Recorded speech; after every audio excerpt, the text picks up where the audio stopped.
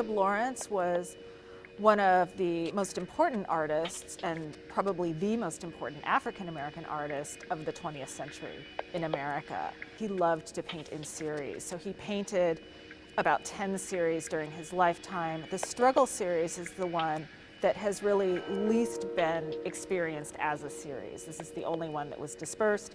It's the only one that lives in a lot of different collections, and so it's very, very special that we're bringing this particular body of work by Lawrence here together now. Lawrence painted the series. He began it in 1954, continued it until 1956. So the series was done in the 50s at a very different moment in race relations for America, very different but similar. This was the time of the civil rights movement. And Lawrence was very much engaged in that particular struggle. And he took it upon himself to tell the history of America in terms of the struggles he was seeing in his present day. Lawrence finished the series in 1956. And they were exhibited right away, all 30 paintings at a gallery called the Allen Gallery in New York. Again, they were exhibited together again in 1958, and then they were acquired by many different collectors and found their way into museums and private collections all over the country. And so this is the first time the series has been brought back together since that initial exhibition, or those initial two exhibitions decades ago. There are some works that just could not be located. At the outset of planning this exhibition, 5 works remained sort of at large. We didn't know their whereabouts. In 2 cases, we didn't even know what they looked like. They were unpublished works. So those works the plan was to put them in the exhibition as reproductions with the hope that these paintings would come to light. At some point, people would see it and then recognize a painting in their living room that they really didn't know a lot about as, hey, one of the lost Jacob Lawrences. As it turns out, that's exactly what happened.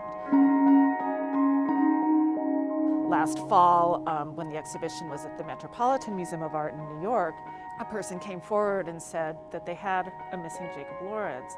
And it was indeed one of the missing panels, and in fact, one of the unpublished missing panels. So now that panel's in the show. A couple months later, a second painting came to light, and that panel too is in the show. So we've already recovered 2 of the missing panels. So if you have a picture that sort of looks like the Struggle series, call the Seattle Art Museum. So we're looking at panel 28, and this is one of the 2 panels that was recently rediscovered. It was found in a Manhattan apartment. The owners of the work very graciously agreed to let it come to Seattle, so this is the first place where anyone, aside from its owners, will have a chance to see it.